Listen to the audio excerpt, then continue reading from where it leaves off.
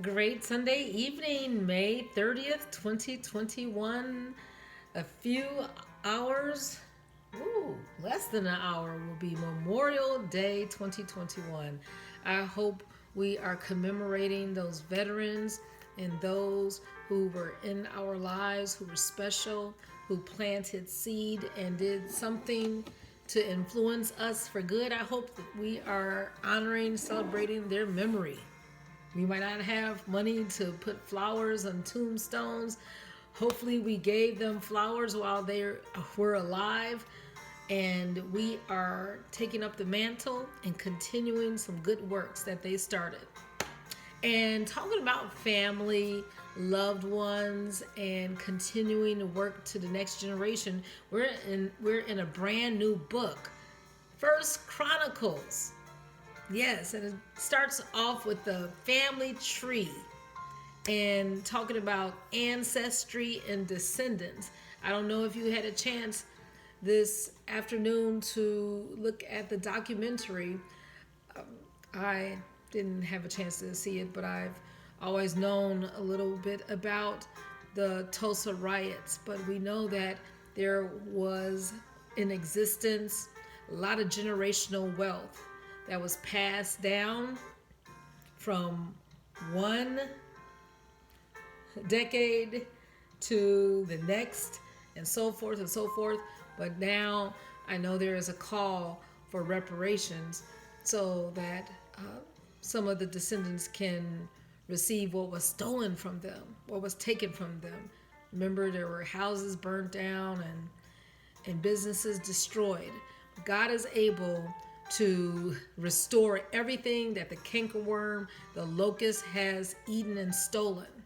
He is the restorer of all things. And it reminds me in Isaiah 58 how we are called to be the rebuilder. You know, we're the ones who restore. It says in verse 12 that they shall be we shall build the old waste places. Remember in the last chapter of 2 Kings, it talked about how Jerusalem was pretty much destroyed. It was leveled. Well, God's people, we are called to build the old waste places, and we shall raise up the foundations of many generations from before, and we shall be called the repairer of the broken, or the repairer of the breach, the restorer of paths to walk in. So we are here, we are remaining to do a work. People are scratching their heads, what's going to happen? You know, this generation is so violent and we have so many problems. We have the answer. We have the answer. And we have to make sure that we continually listen to the voice of the Lord at all times. And He'll direct us as far as how to navigate those solutions. Oh, yeah. In first book of Chronicles, like I said, it talked about how one generation there were sons, and then the next generation had more sons. And it started with Adam, Sheth, Enosh, and it went all the way. These are their generations. And it went to Ishmael, the sons of Abraham, Isaac, and Ishmael. And then it kept on going on. Woo! And I tell you, your name might not be in here, but you have a family tree, a natural, physical family tree. And it's fun to jot down as many branches that you know of. Maybe your grandparents are not living, or your parents. But guess what? If you don't have anyone, the Lord says that He would take us up when our father and mother forsakes us, when they are gone and we have no one else.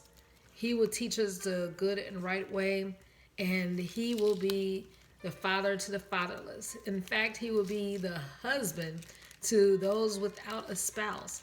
He said in Isaiah 54:5, He is married to the backslider, and He is married to the believer. So, look, you have companionship. It says, for the maker is thine husband. The Lord of hosts is his name, and thy Redeemer, the Holy One of Israel.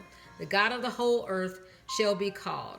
For the Lord hath called thee as a woman forsaken and grieved in spirit, and a wife of youth, when thou wast refused, saith thy God.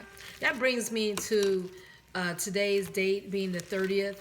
We would have gone to Proverbs 30, and it talks about some things that are unbearable. And this chapter that we just read about, this verse we just read about, was a woman who was forsaken. And it says in Proverbs 30 some things that are just hard to witness. For an odious woman, that is a woman who is unloved when she is married.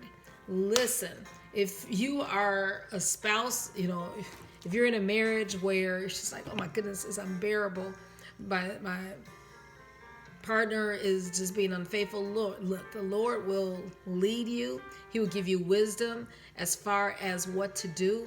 But know that he will comfort you in the midst, and he will guide you.